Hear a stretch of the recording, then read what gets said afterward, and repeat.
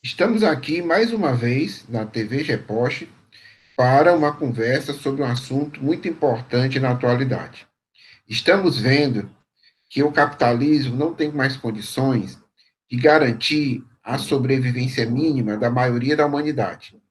Então levanta-se a questão: devemos superar o capitalismo. Para discutir isso, devemos discutir as experiências de superação, de tentativas de superação do capitalismo. E começar pela experiência, vamos dizer assim, primordial, que foi a Revolução Russa de 1917, né? A segunda Revolução Russa, a Revolução Socialista. Estamos aqui com o professor Emanuel Lima, da Universidade Regional do Cariri, sociólogo, e que vai nos introduzir nesse assunto. E a primeira pergunta que eu queria fazer para o Emanuel é qual foi a natureza da Revolução Russa? Se a Revolução Russa foi socialista, se não foi socialista, porque há, inclusive, setores hoje que levantam à esquerda que a Revolução não teria sido socialista, né? Então, o que caracterizaria uma Revolução Socialista? E a segunda questão, que a Revolução Russa empolgou o mundo, né?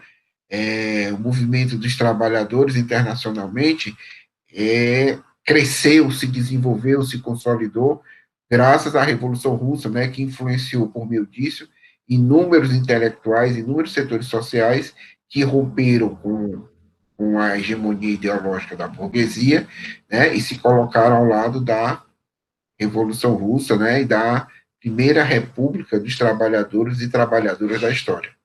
Então, Emanuel, como é que você vê essa questão da Revolução Russa nessas duas perspectivas, né? Tanto na perspectiva de qual a sua natureza e também porque ela degenerou.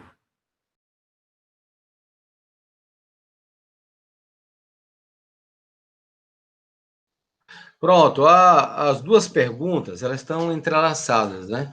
Qual é a natureza da Revolução Russa? Isso foi um debate que começou já com os marxistas, né? Em final do século XIX, com os narodniks, chamados populistas russos.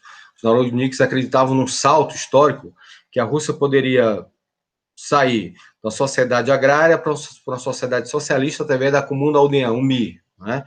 Plekhanov e Vera Zazulitich criticaram fortemente, principalmente Plekhanov, né, que é considerado o pai do marxista russo, eles criticaram fortemente essa perspectiva.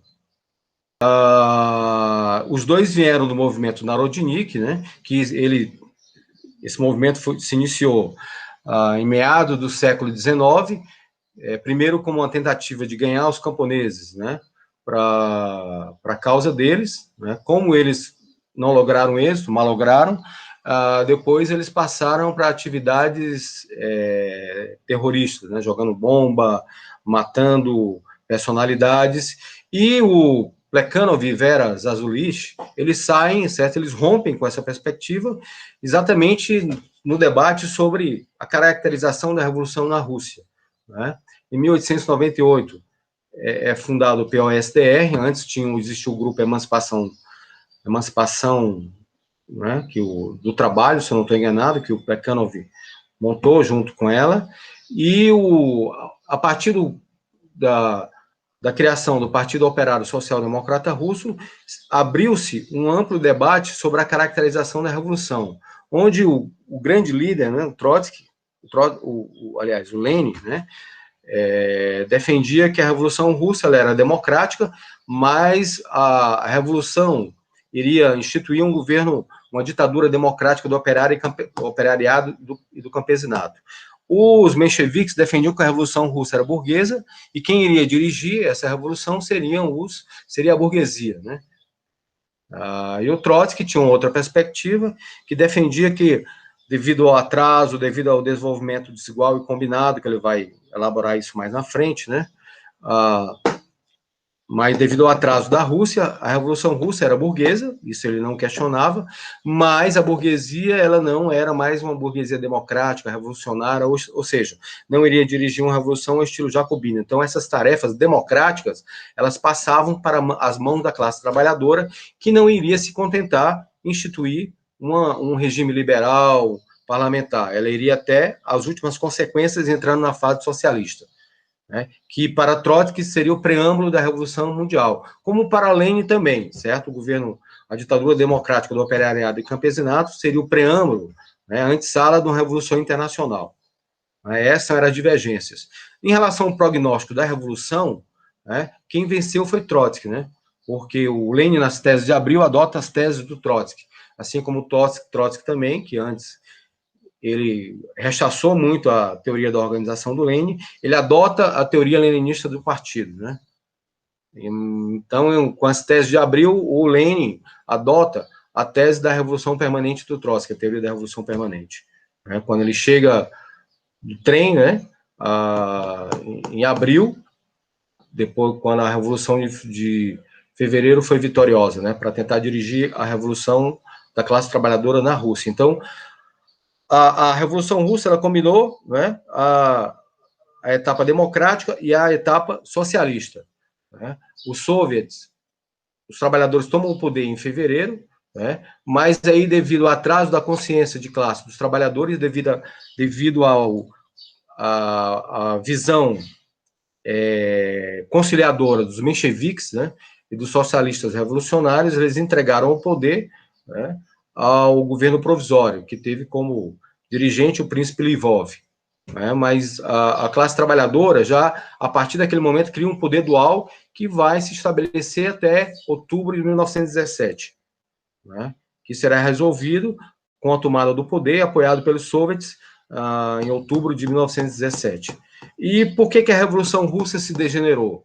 Todos os revolucionários russos tinham uma clara compreensão que a Rússia não teria condições de construir integralmente socialismo na Rússia, né? Pelo seu caráter atrasado, pelo asiatismo. Então, ela teria que ter o apoio, o concurso dos países mais avançados. Por isso que o Lenin, em 20, ele apoiou a invasão até a Polônia, que era para suscitar a revolução na Alemanha, né? Trotsky, naquele momento, foi contra. Ele dizia que ninguém gosta de missionários armados. Mas quando o Lenin apoiou, né, a guerra da União da Rússia, né, Rússia Soviética, contra a Polônia, foi exatamente nessa perspectiva, de levar a revolução na Europa, porque ele sabia que a Rússia atrasada, ou ela iria retornar ao capitalismo, ou então ela iria se burocratizar. O Lenin caracterizava, em 23 e 24, a União Soviética como um Estado operário com deformidades burocráticas. Então, todos eles tinham uma clara concepção que a Revolução na Rússia foi um elo da cadeia, que prendia a Rússia, a divisão internacional do trabalho, ao mercado mundial, e que a Rússia só poderia instituir o socialismo integralmente através do concurso da Alemanha e de outros países, né, industrialmente mais desenvolvidos, tecnologicamente muito mais desenvolvidos. Então, a Rússia, ela passou por esse processo de burocratização devido ao isolamento da Revolução, a derrota da Revolução Húngara, da Revolução Alemã, né, da Revolução na Itália, e isso permitiu que os capitalistas tivessem um fôlego, né, para isolar a União Soviética, né, formando aquele cordão sanitário, né, que o Churchill falou, para tentar matar no nascedouro a primeira revolução socialista vitoriosa da história. A primeira foi a Comuna de Paris, né, que malogrou os trabalhadores, mas, de qualquer forma, passaram 2 meses no poder em Paris, né, depois foram derrotados por uma repressão extremamente violenta. Então, a Revolução Russa, ela foi derrotada nesse aspecto, ela degringolou. O Trotsky falava na Revolução Traída, né, que a burocracia comprometia a médio e a longo prazo todas as conquistas da Revolução de Outubro. E quais eram essas conquistas? O monopólio do comércio exterior, a reforma agrária, né, a escolaridade pública, né, todos os avanços das forças produtivas que foram conseguidas, né, pela centralização do poder político e do poder econômico. E a burocracia, com seus métodos, né, burocráticos, ela ia só cavando essas conquistas, e que a tendência da burocracia a longo prazo era exatamente como o domínio da burocracia era muito instável, ela não cumpriu uma missão histórica, né, como a burguesia cumpriu, a tendência dela era retornar ao capitalismo, né, e foi o que ocorreu com o Gorbachev, né, que o Gorbachev recentemente colocou que ele queria destruir o comunismo na Rússia, né, e as reformas, na época, que foram empalmadas por alguns setores da esquerda, a perestroika e a glasnost, né, na verdade, se viram para implodir a União Soviética. Os sovietólogos norte-americanos jamais esperavam que a Rússia fosse erodir, né, tivesse uma erosão daquela forma, mas foi o Gorbachev, com as suas, digamos, medidas unilaterais, né, de transformação e de reformas pró-capitalismo que implodiam a União Soviética. Os chineses viram esse filme e foram mantendo o controle sobre a economia, né? Viram o filme da União Soviética. Então, foi exatamente esses fatores que levaram o isolamento social e o atraso da revolução no Ocidente, que levou a burocracia a se encastelar cada vez mais no poder, né? Lembrando que a burocracia não era uma classe social, ela obtinha seus privilégios, né, na direção do aparelho do Estado, as suas dachas, suas casas de campo, um consumo mais privilegiado, né, mas ela não era uma classe como a burguesia, que era proprietária dos meios de produção. E lembremos, a caracterização do Trotsky foi a que se mostrou mais, digamos assim, mais acertada, né, em relação à Revolução Russa. O problema é que o Trotsky não tinha um elemento central que toda revolução precisa, né, que é exatamente um partido centralizado com um programa claramente que coloque a tomada do poder para as transformações. E foi isso que levou o Trotsky a se unir ao Partido Bolchevique, né. Então, acho que isso são, em linhas gerais, eu tentei responder as perguntas do professor Fred, né?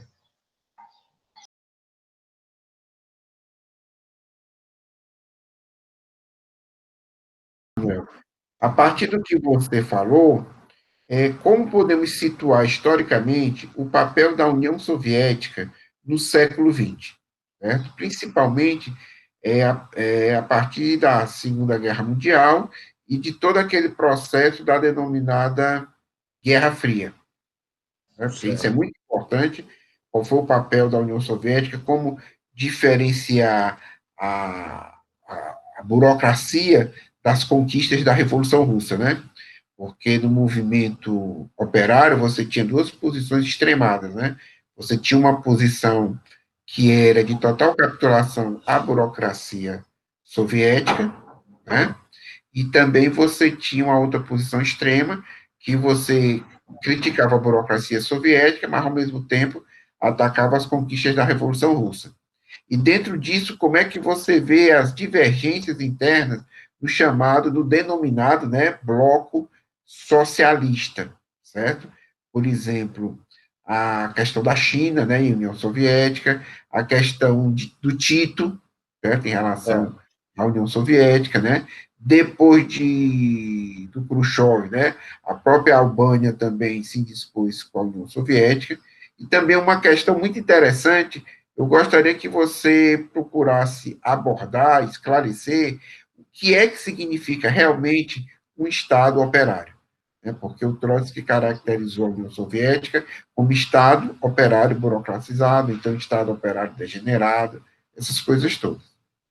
A importância da União Soviética para o século XX, né, você pode aquilatar isso em duas obras principais de dois historiadores, como Hobsbawm, né, que coloca a Era dos Extremos, e aí tem um subtítulo que é O Breve Século XX, que vai de 1914 a 1991, que foi o fim da União Soviética. A outra é do Giovanni Arrighi, que é o Longo Século XX, né, que vai colocar 3 acontecimentos para ele que são mais importantes, né, para demonstrar que o século XX foi longo, que foi a crise, a Grande Depressão de 1873 a 1896, a crise dos 30 anos, de 1914 a 1945, e a crise da década de 70. Né? Além disso, a partir de meados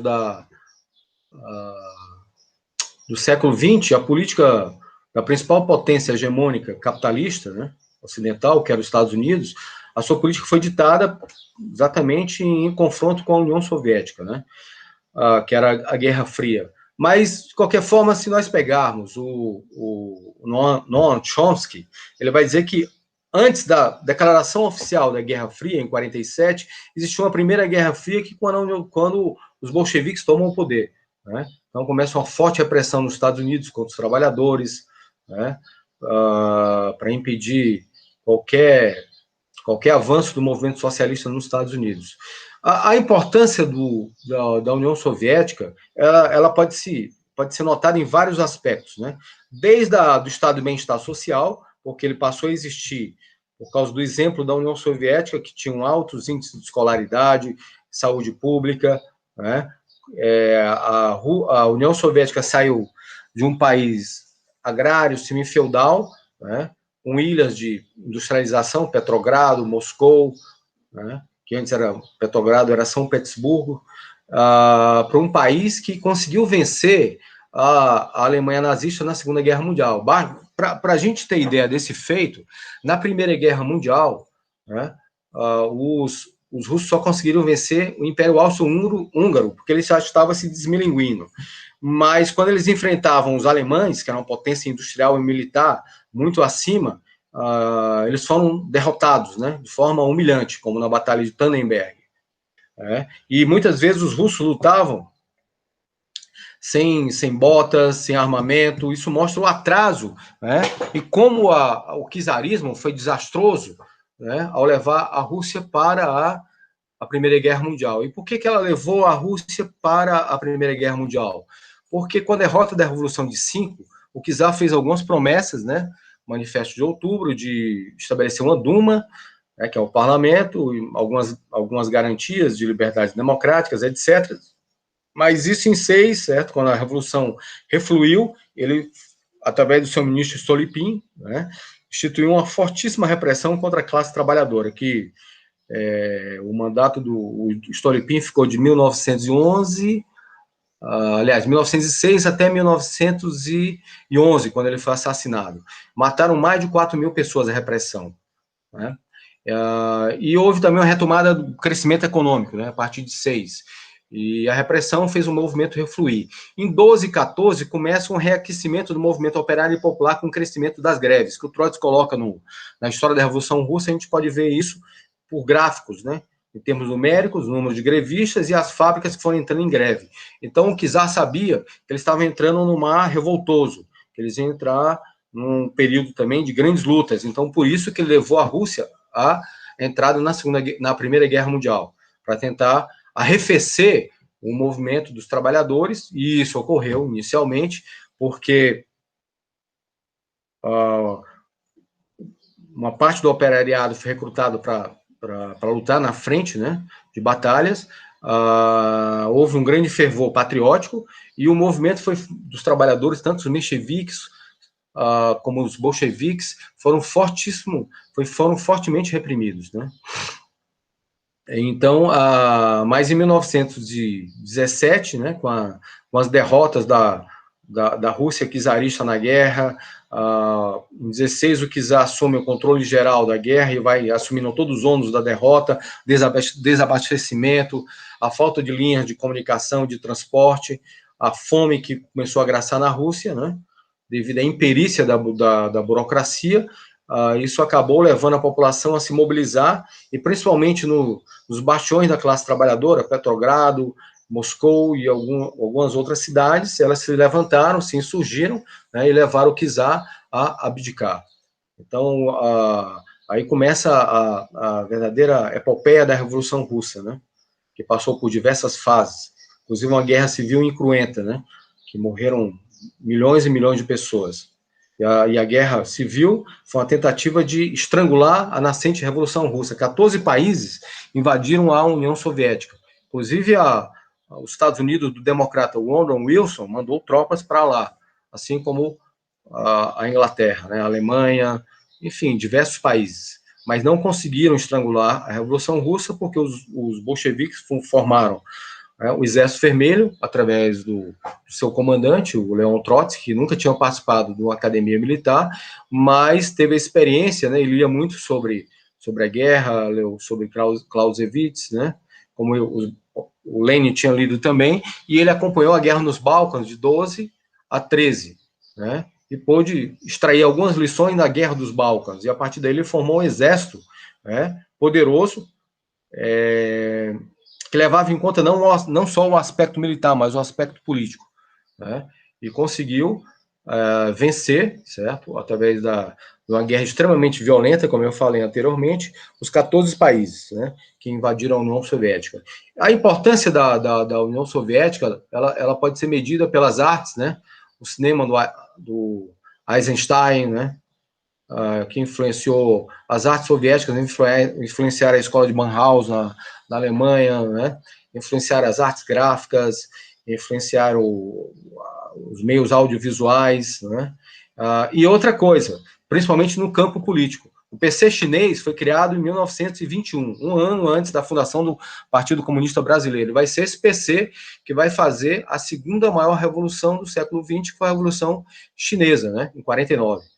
E o Chiang Kai-shek teve que se exilar em Taiwan, né? Fugindo, porque foi derrotado, apoiado pelos Estados Unidos. E vários PCs foram constituídos no mundo todo, e a União Soviética foi um exemplo, né, para os povos oprimidos dos países periféricos, países se levantarem, se insurgirem contra o imperialismo, né? Então isso foi muito importante. Os vietnamitas também criam o seu PC, né, na Indochina. Então a Revolução Vietnamita, ela também teve o seu papel muito importante, porque derrotou um país muito pobre de camponeses, derrotou duas potências centrais, a França em 54 e os Estados Unidos. Então a União Soviética, ela foi um exemplo, né, que a humanidade pode assaltar os céus e tentar realizar, certo, uma vida melhor aqui no nosso planeta, né, ao invés de esperar uma vida no além. Então eles mostraram que era possível transformar a realidade. Eles ousaram, né, como tem um documentário que mostra o papel dos bolcheviques. E a União Soviética foi um farol, apesar do stalinismo, né? Vamos lembrar que foi a União Soviética que venceu o nazismo. Se não fosse a União Soviética, apesar do Stalin, muito, certo? Certamente, provavelmente, os nazistas teriam vencido a Segunda Guerra Mundial. E nós teríamos vivido durante um bom tempo sob o tacão da besta fera nazista, né? Criando campos de concentração no mundo todo. Mas a União Soviética, no campo de batalha, venceu os nazistas da teoria, né, da raça superior, da teoria racial, que vigorou durante um bom período, né? Existiam povos superiores e povos inferiores, e foi derrotado no campo militar pela União Soviética. E nos países atrasados, a União Soviética foi um exemplo, porque os seus planos quinquenais, que começaram em 1928, né, o primeiro, que vai até 32, o segundo de 33 até 38, demonstraram que era possível um país atrasado, né, utilizando o Estado, se desenvolver. A União Soviética se desenvolveu sem um concurso de capital estrangeiro. Né? O modismo neoliberal diz que não é possível um país atrasado ter poupança e se desenvolver. Certo? A União Soviética mostrou que isso era possível. Eles não tiveram capital estrangeiro investido no seu desenvolvimento. Eles se envolveram com o próprio capital criado dentro da União Soviética. Primeiro exportando grãos, né? Depois taxando mais os camponeses. E com a fortíssima intervenção do Estado e também com a revolução educacional que houve na União Soviética. Eles investiram maciçamente na educação básica, educação superior, mandaram os quadros, né, se assenhorar da técnica no exterior para voltarem e montarem uma infraestrutura, né, na União Soviética. Alguns tratados que a União Soviética estabeleceu também, por exemplo, como o Tratado de Rapallo, em 22, que depois é renovado e vai até 34, né, e o Hitler rasgou o Tratado de Rapallo, permitiu que a União Soviética se modernizasse no campo militar, né, porque a Alemanha, a partir do Tratado de Versalhes, estava proibida de construir aviões, proibida de construir um armamento mais moderno. E o Tratado de Rapallo permitiu que a Rússia abrigasse, né, fábricas bélicas alemãs e permitiu que a Rússia desse um salto de qualidade em relação à fabricação de tanques, aviões, que que favoreceu a vitória da União Soviética no próprio plano industrial e no plano militar, a Alemanha, que era a maior máquina de guerra na Segunda Guerra Mundial. Então, esses foram os elementos, né, digamos assim. O século XX foi um século que foi pautado pela existência da União Soviética. Não é à toa que, quando a União Soviética degringola, os neoliberais, eles que estavam dormitando, né, desde aquele encontro que ocorreu em Montpellier, né, eles saíram da caverna, e aí o neoliberalismo passou a ser uma política de Estado, né, implementada pelos Estados Unidos principalmente, para sair da sua crise, como eu falei naquela live anterior sobre o imperialismo norte-americano, para tentar jogar o ônus da crise nas costas dos países periféricos e nos outros países nas costas da classe trabalhadora, né? Então, o século XX foi um século pautado pela União Soviética, né? Se nós lembrarmos, né, que o macartismo nos Estados Unidos tentou, digamos, afugentar o espectro do crescimento da esquerda nos Estados Unidos na década de 50. Na década de 30, a esquerda cresceu muito nos Estados Unidos, né, que foi cooptada pelo New Deal, pelo Partido Democrata do Roosevelt, principalmente com a aliança entre a União Soviética e os Estados Unidos, né. O PC americano acabou praticamente apoiando integralmente a política do New Deal e do Roosevelt, né, até ser surpreendido pela Guerra Fria, né, mas o PC norte-americano, ele acabou se esvaziando por esse apoio acrítico, né, incondicional ao Partido Democrata norte-americano. Então, e nos países periféricos, né, o PC teve os PCs, né, que foram criados, tendo em vista o crescimento do capitalismo na Primeira Guerra Mundial, nos países latino-americanos, na década de 30, na década de 40, foram criados, né, tendo como exemplo a União Soviética, né. Então, o próprio Vargas, né, a CLT, que foi criada na década de 40, era a tentativa de cooptar setores da classe trabalhadora, porque a classe trabalhadora se inspirava muito, né, na Revolução de Outubro, para tentar mudar a sua vida cinzenta de opressão, de embrutecimento, e eles consideravam que o capitalismo não dava conta de satisfazer as necessidades da classe trabalhadora. Então, por isso que foram criados os partidos comunistas, né? Pela Terceira Internacional, em 1919, que mudou o nome dos partidos de Partido Social Democrata para Partidos Comunistas, porque a social-democracia, ao apoiar os créditos de guerra, principalmente a Alemanha, em 4 de agosto de 1914, permitiu aquela carnificina generalizada, né? Então, o Lenin dizia que o próprio nome estava maculado, social-democrata, era necessário os trabalhadores adotarem um novo nome nas suas organizações políticas que apontasse uma perspectiva de superação do capitalismo através da revolução, né? Nós temos que lembrar que o movimento dos trabalhadores, né, passou por 3 ondas reformistas. A primeira foi no final do século XIX, com Bernstein. A segunda foi em 59, né, quando o Partido Social Democrata alemão, no Congresso Goldsberg, abandona até formalmente a palavra socialismo. E a terceira foi quando a social-democracia entrou de malas e bagagens, né, na década de 70 e 80, né, principalmente 90, ao neoliberalismo. Por isso que nós vimos vários partidos que se reivindicavam sociais-democratas, né, apoiando as medidas neoliberais. Então, essa foi a terceira onda revisionista que levou essas organizações a aderirem de mala e bagagem ao neoliberalismo. Então, a importância da União Soviética foi... Alguns falam que o século XX foi o século americano. Eu diria que o século XX foi o século da União Soviética, né?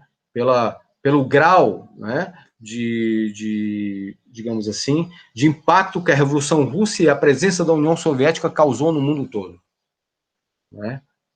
Não é à toa que como eu falei anteriormente, o neoliberalismo, né, passou a ser adotado, porque eles não temiam mais o exemplo da União Soviética, que tinha degringolado, e eles fizeram verdadeira, digamos assim, carnaval ideológico para mostrar que o socialismo não era mais possível, né, que levava à burocratização, ao totalitarismo em vários setores da esquerda, engoliram, né, esse conto de fadas e aderiram a um liberalismo, né, ao neoliberalismo. Temos que lembrar, por exemplo, que no Brasil o PT apoiou o Plano Real, né, que o Plano Real, no seu bojo, né, estava lá o processo de privatizações da economia brasileira, né? Não era só um processo de combate à hiperinflação, mas um processo de desnacionalização, de privatização da economia. E por isso que hoje nós estamos, né, nessa crise extremamente aguda, né, que saiu na imprensa que o Brasil vai ter um recuo aí fantástico do PIB. Vai ser o país que mais vai recuar, exatamente devido ao neoliberalismo exacerbado que foi aplicado no país. Então, em linhas gerais, eu acho que... E outra coisa, em relação às desavenças, às divergências que ocorreram no bloco chamado socialista, né? Primeiro começou com o Tito, né? O Marechal Tito, porque ele não concordava com o abraço de urso do stalinismo. Então, o Tito foi a primeira divergência séria. Depois veio a China, a Albânia, né, que divergiram da política levada a cabo por Stalin. Né? Deixa-me ver aqui. Então, essas divergências foram porque o Stalin queria manter um controle com a mão de ferro sobre os países. O problema é que a China fez a sua própria revolução, a Albânia também, e a Iugoslávia, né, através do Marechal Tito. Então, isso aí foram as primeiras rachaduras no chamado Bloco Soviético, mas devido também a esse abraço de urso do Stalin, né, que temos que lembrar que o stalinismo, o Stalin não queria que o PC chinês, né, levasse a cabo uma revolução socialista. Ele queria estrangular a revolução chinesa nos marcos da revolução democrática. Né? É tanto que em 27, o Chiang Kai-shek, ele estrangulou, né, matou milhares de camponeses em Xangai, né, e colocou os corpos na caldeira das locomotivas. Né? E temos que lembrar também que o Stalin colocou o Chiang Kai-shek como presidente honorário da Internacional, né? E isso foi um desastre completo, a política do stalinismo. Então, essas divergências vieram também por esses fatores, né? Pela mão de ferro que Stalin queria exercer sobre esses países. E a Revolução Vietnamita, ela teve uma influência maior da China, né? Embora os soviéticos também contribuíssem com armamento no início, né? Depois a China se ligou aos Estados Unidos, mas essas divergências aí mostram o quão o stalinismo foi deletério, foi nocivo para o movimento dos trabalhadores, o movimento operário no campo internacional, né? Porque ele praticava uma política de colaboração de classe. O Trotsky escreveu um livro, O Grande Organizador de Derrotas, pronto, lembrei o nome. Tá? E é verdade, o stalinismo foi mais um malefício, né, do que um benefício para o movimento operário e popular. Basta lembrar que na industrialização da União Soviética, vocês tinham o Preobrazhensky, né, que defendia, que era ligado a Trotsky e a oposição de esquerda, que defendiam uma outra industrialização, né, mas não tão acelerada, né, e não tão estratosférica como foi levada a cabo a partir de 28, né? Enquanto o Bukharin e o Stalin se aliaram e defendiam que a industrialização na União Soviética deveria se dar a passo de tartaruga e deveria se dar ampla vazão, liberdade aos camponeses ricos para acumularem, né? Que isso ia levar a uma luta, uma guerra civil na União Soviética. Né? E quando ele expulsou os Zinoviev, Kamenev e Trotsky do Partido Comunista, né, pela divergência do Partido Comunista da União Soviética. Depois ele se desfez da aliança com o Bukharin e adotou o programa, certo, de forma totalmente responsável da oposição de esquerda, que levou a uma industrialização aceleradíssima, né, sem consonância com a realidade, e levou a coletivização forçada, que levou a, inclusive, uma fome no campo em 32 e 33, né? Uma fome que dizimou milhões de pessoas. Mas, de qualquer maneira, certo, aquele programa que foi defendido pela oposição de esquerda foi que salvou a União Soviética, e depois o Stalin abraçou, mas de forma totalmente, digamos assim, burocrática, né, foi que salvou a União Soviética na Segunda Guerra Mundial, né? A industrialização, primeiro baseada na indústria pesada, né? E na produção de aço, ferro, petróleo, carvão, foi que permitiu que a União Soviética desse um salto de qualidade na industrialização e tivesse equipamentos necessários para vencer a Segunda Guerra Mundial. Existe um mito que os Estados Unidos ajudou muito a União Soviética, mas os russos venceram, os soviéticos venceram através dos seus próprios meios, né? Receberam ajuda, mas a ajuda ficava muito aquém das necessidades da luta que era travada no front oriental. Então, esse foi mais ou menos o quadro, né, que eu tentei responder às suas perguntas, né? E a China sobrevive até hoje, né? A China, o Vietnã, apesar de terem adotado medidas pró-mercados, mas a China, existe um grande quiprocó sobre o que seria a China, mas a China, como eu falei anteriormente, ela viu o filme da União Soviética, o debacle, e não fez as reformas, né, nem uma abertura unilateral e de forma tão acelerada. E a China, ela se manteve, né? Mas seria muito generoso dizer que a China é socialista, né? Porque é uma burocracia que comanda o país e a visão deles é de um nacionalismo, né? Um forte nacionalismo chinês, e não aquela visão do internacionalista do Lenin, que diria que colocava até em xeque a União Soviética se fosse necessário para a Revolução Internacional, como no caso da Polônia, né? Então a China ela não é, eu não caracterizaria a China como um país imperialista, né? Porque ela não tem as bases militares que tem os Estados Unidos, né?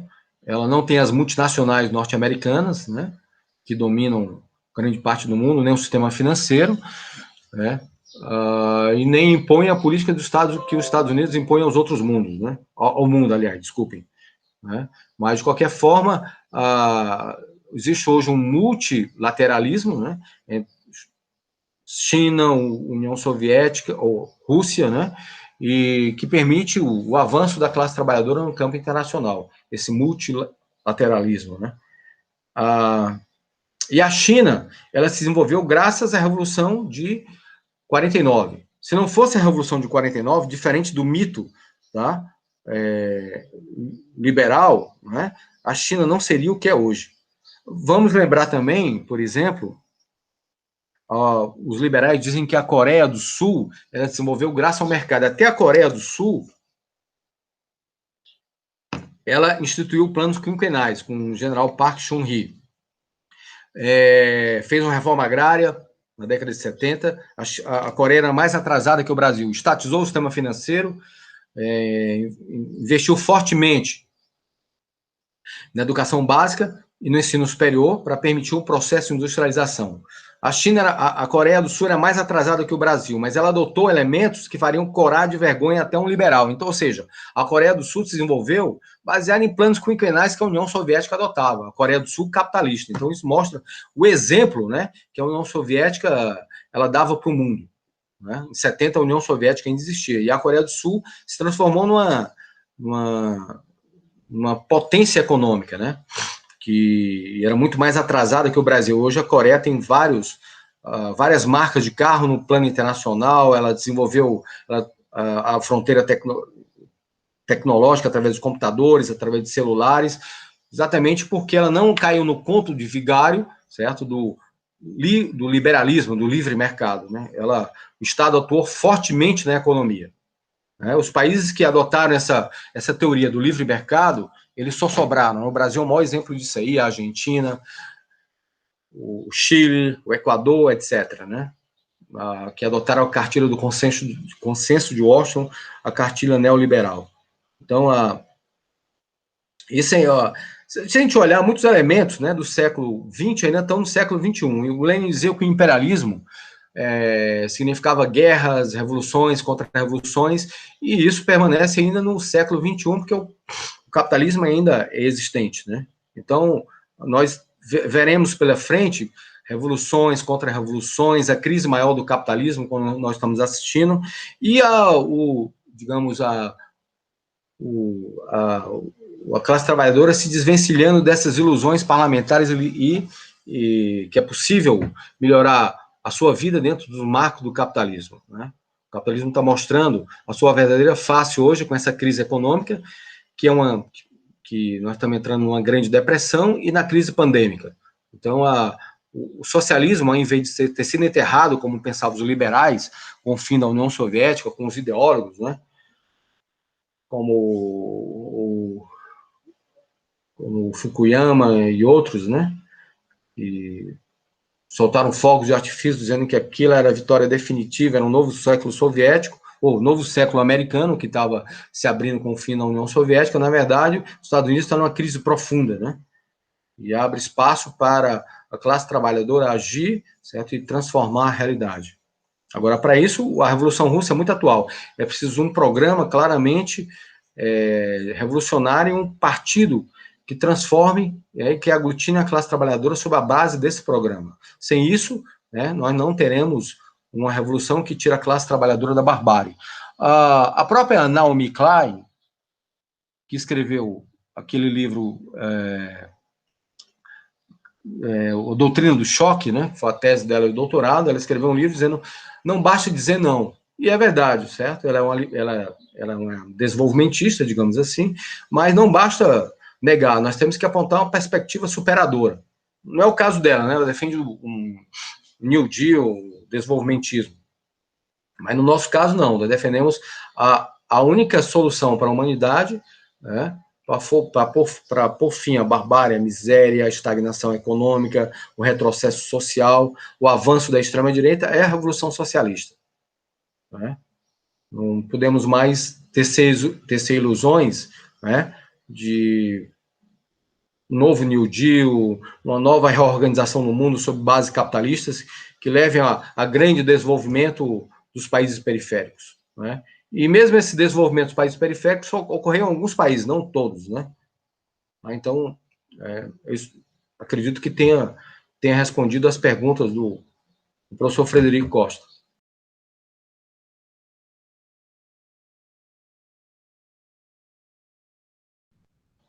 Certo, Emanuel, excelente explanação. Emanuel, agora a pergunta, né, o questionamento final. E hoje, se o século XX foi o século da União Soviética, o século XXI será o século de quê? Né? O que é que eu quero com isso? Eu quero que você, por gentileza, coloque para o século XXI quais foram as lições da Revolução Russa, né? A importância de constituição da União Soviética. Porque eu acho que é muito importante esse questionamento. Será que a União Soviética, as conquistas históricas expressas, né, na União Soviética, na educação, na saúde, né, na garantia de pleno emprego e outras mais para as massas trabalhadoras, se essas conquistas são coisas do passado ou não. E também quais foram as lições para os dias de hoje, no sentido de que os bolcheviques conquistaram o poder, né? Como eu digo, conquistaram o poder, porque eles conseguiram se colocar à frente de uma onda revolucionária, né? Uma onda revolucionária russa, depois uma onda revolucionária mundial, e tem muitas lições, né? Não quer dizer que a gente queira fazer uma cópia, certo? Mas a decisão dos bolcheviques, o programa dos bolcheviques, os métodos de ação, né? As lições políticas deles são atuais ou não? Lembrar, né, que na década de 50 e 60 a ideia de revolução estava muito presente. Até o Celso Furtado escreveu um livro sobre um título A Revolução Brasileira, alguma coisa assim. Né? O Eduardo Frei, no Chile, colocava como consigna do seu governo, né, na década de 60, né, a revolução, só que a revolução sem sangue dentro do marco do capitalismo. E os próprios militares, em 64, se intitulavam revolucionários. Então, a revolução é algo muito presente, né? Com o fim da União Soviética, e com essa grande propaganda que foi bombardeada e ventilada, a esquerda esqueceu a ideia de revolução. né? Não vou nem dizer a estratégia, esqueceu até a ideia. A ideia era melhorar a classe trabalhadora dentro dos marcos do capitalismo, humanizar o capitalismo, né? E isso levou a classe trabalhadora a derrotas históricas, como essa que nós estamos vendo no Brasil. Não diria histórica, porque o golpe ainda ele não se consolidou de vez, né? Mas nós tivemos perdas aí irreparáveis, né? Perda no direito trabalhista, o Brasil está passando por um processo de recolonização, uma barbárie com o desemprego, o subemprego, né, cada vez maior, milhões de desempregados, a desindustrialização mais acelerada da história do mundo, como falou o economista sul-coreano Chang, né? E isso porque pela ausência de uma estratégia claramente de transformação, de estratégia que coloque em alto bom som a necessidade da transformação socialista nos países atrasados, né? É preciso a classe trabalhadora extrair das lições de outubro, né, os principais elementos que levaram a classe trabalhadora ao poder, não fazer estabelecer uma cópia, que isso não é possível, né? O mundo mudou bastante, né? Não dentro do que é colocado, que o fim do trabalho, o fim da classe operária, pelo contrário, a classe trabalhadora hoje, numericamente, é muito maior do que era há 30 anos atrás. Basta olhar a classe trabalhadora numericamente na China, né? Em países que nem existia a classe operária, na Ásia, por exemplo. Mas há lições que nós devemos extrair. Qual é a primeira lição? Certo? Que o cretinismo parlamentar ele leva a classe trabalhadora a ficar presa à armadilha no marcos do capitalismo, e quando a crise advém, a classe trabalhadora fica sem um instrumento de luta para digamos, tentar sair dos golpes que são assestados contra ela, né, diante da crise. Então, a necessidade do programa, o Lenin dizia que dê-me um partido e eu moverei o mundo, né? Tá? Na verdade, nós passamos por um período de grande descrédito de uma organização partidária centralizada, né? Centralizada através de um programa, não um fetichismo que fizeram do Partido Bolchevique como se ele fosse monolítico. Nunca foi, né? O Partido Bolchevique sempre tinha divergências, por isso foi um partido que foi se constituindo e tinha grandes quadros que falavam diversas línguas, a maioria passou pelo exterior, né? O Lenin morou na Suíça, morou na Inglaterra, né? Passou um tempo na Alemanha, então eles tinham uma visão muito ampla, né? Da situação internacional e eram cosmopolitas nesse aspecto. O menos cosmopolita deles era o Stalin, mas mesmo assim, o Stalin participou ativamente do processo de construção do Partido Bolchevique, né? Ele não era um grande quadro como aqueles lá, como o Trotsky, o Preobrazhevsky, como o Karin, né? O próprio Lenin, mas ele era um cara também que lia muito, né? Era um cara inteligente, né? Só que não estava à altura daqueles grandes quadros do Partido Bolchevique. Então, essas são as lições que devem ser extraídas. A conciliação de classe leva à derrota da classe trabalhadora.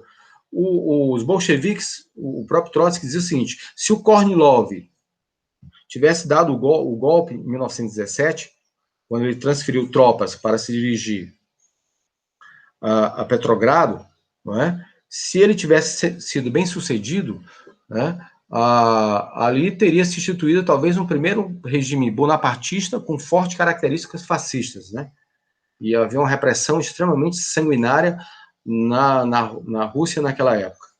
Então, os bolcheviques foram capazes de tomar o poder porque eles foram separando o joio do trigo, né? Eles não praticaram uma política de colaboração de classe. Aqui nós temos que colocar, né, que quando o Lenin voltou no famoso trem, né, que ele vinha blindado, ele teve que travar uma grande batalha no seio do Comitê Central do Partido Bolchevique, porque Stalin, o Kamenev, apoiavam o governo provisório. E ele ameaçou, inclusive, travou uma luta interna política e ameaçou, certo, inclusive, romper com a direção do partido e as bases, né, para denunciar essa política de conciliação traidora de classes que teria levado a Rússia a, digamos assim, um beco sem saída, né? Então, o Partido Bolchevique foi que retirou a Rússia da barbárie. Se não fosse o Partido Bolchevique, a Rússia ficaria mergulhado anos e anos na barbárie. Da mesma forma que, em relação à China, né? De 1916 até 28, a República Chinesa foi instaurada em 1911, né? a China teve perto de, inclusive, de desmembramento territorial, né? Com os senhores da guerra lutando entre si, né? O que impediu que ocorresse isso aí foi a presença forte depois do Partido Comunista Chinês, que foi se fortalecendo com a invasão japonesa na Manchúria, né? E depois eles invadiram o restante do país. Então, o que impediu a fragmentação da China foi exatamente o papel do Partido Comunista Chinês e a Revolução de 49. Então, nós temos que extrair uma ideia central, né? Para retirar os países da barbárie, é necessário um programa claramente classista que aponte a perspectiva, né, do monopólio do comércio exterior, da expropriação da burguesia, do armamento do proletariado, né, da direção da classe trabalhadora nesse processo, né, puxando outros setores como os operários agrícolas, os camponeses sem terra, né, e os pequenos proprietários. Então, no caso do Brasil, né? Então, essa é as lições que nós vamos extrair da Revolução de Outubro, né? Que foi a revolução, digamos assim, mais potente do século XIX, que foi feita pelo partido mais revolucionário da história, né? Que é tanto que construiu a Terceira Internacional em 1919 para tentar levar a construir quadros médios, intermediários, né? E prepará-los quando houvesse uma revolução, eles estarem à altura dessa tarefa histórica. O Lenin lamentava muito, né, a derrota da Revolução Alemã, em 1919. O Karl Liebknecht entrou naquela tentativa de tomada do poder, né, numa situação desfavorável, por isso que a Revolução Rosa era contra naquele momento, mas apoiou, né, e por isso que a Revolução foi derrotada. Então, grandes quadros foram sacrificados. No caso da Alemanha, eles foram mortos, inclusive o comandante que liderou a prisão da Rosa Luxemburgo, do Karl Liebknecht, ele disse que ele matou os líderes sob a ordem do próprio presidente Ebert, né, que não podemos duvidar disso aí. Os corpos francos, né, eles foram contratados pelo governo Ebert, e foram pagos soldo, tiveram abrigo, comida para afogar a Revolução Alemã em 1919. Então, o papel dos conciliadores da social-democracia, né, é exatamente esse, afogar a revolução, impedir que os trabalhadores tomem o poder, porque a aposta deles é outra, né? A aposta deles é no capitalismo, eles não acreditam, né? Tem uma visão mais liberal do que praticamente socialista, né? Os liberais, vamos pegar o exemplo do Max Weber, né? Ele tem uma palestra que ele deu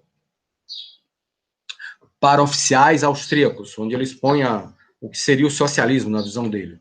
Então, ele caracterizou a Revolução Russa como a Revolução dos Cabos, né? Na verdade, ironicamente, ironicamente, quem vai tomar o poder na Alemanha é um cabo, né? Certo? Não lembro se ele disse bem cabo ou sargento, mas era por aí. Quem foi tomar o poder na Alemanha foi o cabo Adolf Hitler, né? Ele levou a Alemanha para o desastre completo. Então, ele colocava, né, o Weber antecipou o caminho da servidão, né, do Reich, né, que ele dizia o seguinte: a Revolução Russa, ao invés de ser uma promessa libertadora, ela vai asfixiar cada vez mais a liberdade na Rússia, porque o Estado vai controlar tudo, né? E quem fez a Revolução foram os militares, não foram a classe trabalhadora. Alguns liberais russos tentaram também defender essa ideia antes, né? Se não estou enganado, eu acho que o Milyukov, que era um liberal russo, que isso é em verdade. A classe trabalhadora, a classe operária dirigiu a revolução e ela dividiu as forças armadas. É diferente do movimento de jovens turcos, né? Alguém até quis comparar a Revolução Russa com o movimento dos jovens turcos na Turquia. Mas não há nenhuma semelhança, nenhuma comparação. Foi a classe trabalhadora que espontaneamente, né, tomou o poder em fevereiro de 17 e conscientemente, né, com o concurso do Partido Bolchevique, né, que tomou o poder, apoiado pelo segundo Congresso dos Soviets. E aí a história da humanidade muda, né? Porque ali abre-se uma nova estrada para a humanidade, né? Diferente da estrada do capitalismo, que significa a morte, a violência, o embrutecimento, a alienação, né? a desesperança. Não é à toa que o fascismo é colocado como a desesperança contra-revolucionária. A Revolução Socialista pode ser considerada a esperança revolucionária da juventude de mudar os trabalhadores, dos camponeses, das mulheres, do movimento LGBT, mudar a face da humanidade. E o homem, pela primeira vez, escrever de forma consciente a sua história, né? Aí sim, o homem começaria a realmente escrever a sua história. Primeiro ele esteve preso, né, à natureza, pelo baixo desenvolvimento das forças produtivas, né, do baixo desenvolvimento da produtividade do trabalho, e depois ele esteve preso digamos, a anarquia do mercado, né, e as crises de superprodução. Que outra coisa importante, né, muitos colocavam os bolcheviques como catastrofistas, né, porque colocavam que a Revolução Internacional estava na ordem do dia, com a deflagração da Primeira Guerra Mundial, que o capitalismo logo ia se engalfiar na luta fratricida, que abriria a chance da classe trabalhadora tomar o mundo. Os prognósticos do Lenin erraram, né, em relação à Revolução Internacional, mas as suas premissas estavam corretas, né? O capitalismo ele sempre entra em crise e abre a possibilidade da classe trabalhadora tomar o poder. E é isso que nós devemos levar em conta, né, que essas análises, né, esse instrumental analítico e programático do Partido Bolchevique, ele ainda é plenamente vigente. O capitalismo só tem a oferecer para a humanidade a barbárie, a mortandade, guerras, né, o crescimento da extrema-direita. Então, essa é a grande lição da Revolução de Outubro, né? O Trotsky dizia que a vida é bela, né, que as gerações, cabe às gerações desfrutá-la, né? Mas o que impede que a vida seja bela é a fealdade criada pelo capitalismo, né, que destrói, que transforma tudo em lucro, né, que está destruindo o meio ambiente, a ecologia, né, matando os seres humanos, né, pela falta de controle sanitário, de fiscalização, onde o homem está a serviço da economia, não a economia a serviço do homem. Então, isso é o que é o mais importante. O socialismo, ele ainda é vigente e a tendência do socialismo é crescer cada vez mais. Basta ter ideia, né, que nos Estados Unidos as ideias socialistas hoje crescem cada vez mais.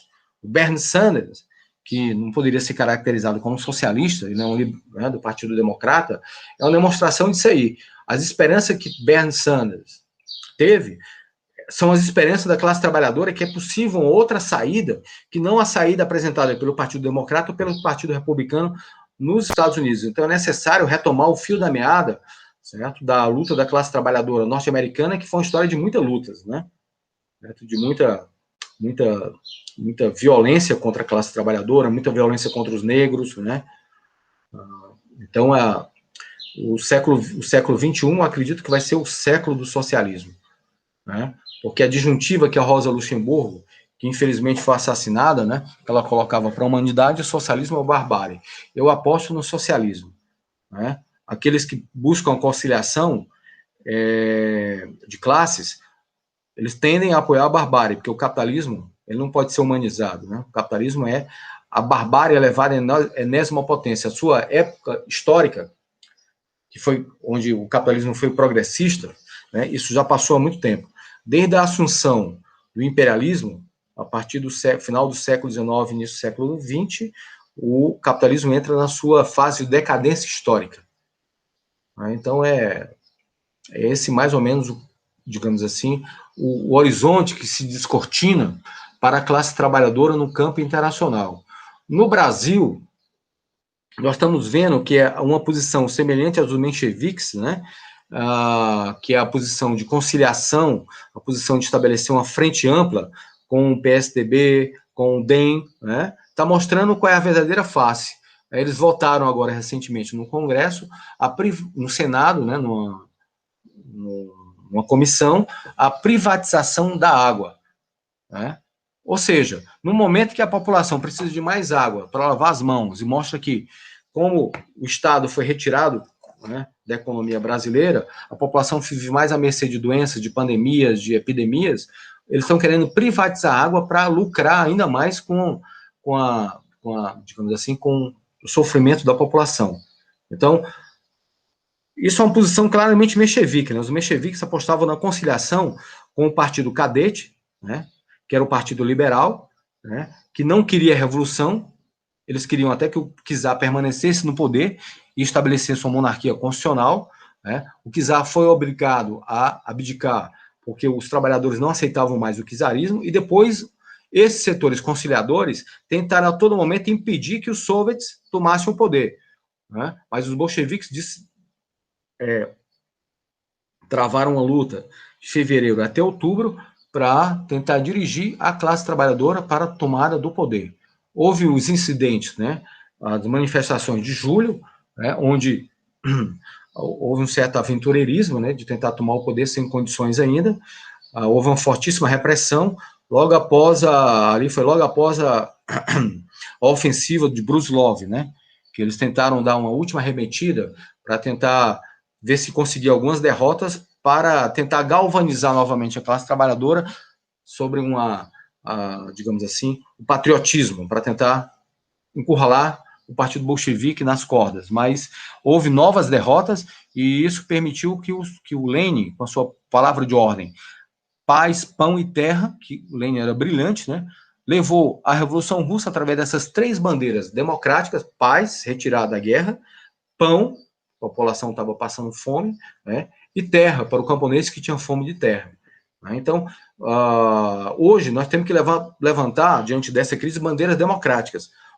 A radicalidade não vai estar em levantar bandeiras, né, socialistas agora, mas na classe trabalhadora, levar à frente com seus métodos de luta essas bandeiras democráticas, né, como pôr abaixo o governo Bolsonaro, né, eleições gerais no país, Assembleia Nacional Constituinte, né, isso é que é fundamental. Nós estamos passando um momento de recuo, né, e não de avanço, mas a classe trabalhadora está lutando, e é necessário ter um programa claro e clareza, né, nas tarefas que estão colocadas. Então, isso é o que é mais importante, né? Se você não sabe quem é o inimigo e quem é o aliado, por exemplo, o PSDB estava sendo colocado como aliado pelo Boulos, pelo Freixo, pelo acredito que até Ivan Valente, né? E pelo Haddad, né? Pelo Chico Alencar, o PSDB como aliado, o DEM como aliado, né? O próprio PSDB agora disse que não é a favor do impeachment. O próprio Cid Gomes, né, que foi governador do estado de Ceará, hoje é senador, declarou claramente que é contra o impeachment, porque isso vai, digamos assim, dinamizar ainda mais a crise. E quem está dinamizando a crise é o próprio Bolsonaro, que está levando o país ao naufrágio completo. Então, mostra o caráter antidemocrático desses setores. Quem é realmente democrático, né, é a classe trabalhadora. Democrático no sentido de lutar pela transformação democrática no país, né? E só pode levar isso a cabo quando eu falo transformação através de bandeira democrática, é a reforma agrária, a soberania nacional, soberania popular, a independência nacional, né? Hoje nós não temos independência em relação à política econômica. A política econômica é controlada pelo Banco Central, né? E o Banco Central é controlado pelos banqueiros. E quem controla a economia brasileira são os banqueiros. Por isso que eles querem o Banco Central até formalmente independente. Ele já é, de fato, independente. Porque a bandeira que eles levantam ainda é de estabilidade monetária, né, diante de toda essa crise aí, certo? De desemprego. Então, nós precisaríamos investir para criar novos empregos, reindustrializar o país, e eles levantam a bandeira central ainda da estabilidade monetária e, pasmem, privatização da economia. Querem privatizar a Eletrobras, querem privatizar a Petrobras, querem privatizar a água. Então, é uma burguesia semelhante à burguesia chinesa, né, que o Mao falava, burguesia compradora, que não tem interesse em industrializar o país, ele tem interesse em ser um sócio bem menor do imperialismo. Então, o papel, né, digamos, de industrializar o país, de desenvolvê-lo sob moldes democráticos, cabe à classe trabalhadora e não à burguesia. A burguesia brasileira já mostrou, certo? Agora com o golpe 16, que ela é extremamente antipopular, antinacional, e isso nós podemos colocar também na América Latina, né? Que ela tem o mesmo caráter. Então, a Revolução de Outubro, foi fundamental para a história da humanidade e ainda continuará sendo fundamental para a história da humanidade, porque os bolcheviques ousaram e mostraram que é possível, certo, tomar o poder num país, certo? E que é possível a classe trabalhadora retirar o país do atraso, da miséria, da fome, e erradicar o analfabetismo, etc. Então, o século XXI, no meu entendimento, será o século, certo, da Revolução Socialista. Eu sou otimista, né, porque eu sou socialista, acredito que a humanidade só terá futuro no socialismo. E o capitalismo significa a barbárie. Então, essa disjuntiva, no meu entendimento, será resolvida pela Revolução Socialista. Tem uma frase do Gramsci que dizia, que foi atribuída a Gramsci, mas na verdade não era do Gramsci, né? Era daquele literato Romain Rolland, né? Que dizia que otimismo na vontade e pessimismo na razão. Mas se a razão for pessimista, é sinal que não há sinais na realidade objetiva para a transformação. Essa frase não era do Gramsci, que era marxista, né? A razão ela tem que ser otimista porque as contradições existem dentro da própria realidade objetiva, que o capitalismo está mostrando que é eivado de contradições, e sempre foi. Então, cabe à classe trabalhadora aproveitar essas contradições e aglutinar um amplo setores oprimidos para tomar o poder. Por isso que eu acredito que o século XXI será o século do socialismo. Porque essas ilusões em relação ao capitalismo, elas tendem a se desvanecer, elas tendem a se esfumaçar. Né? E o capitalismo só sairá da crise com guerras, né, contra-revoluções, como fez em 29.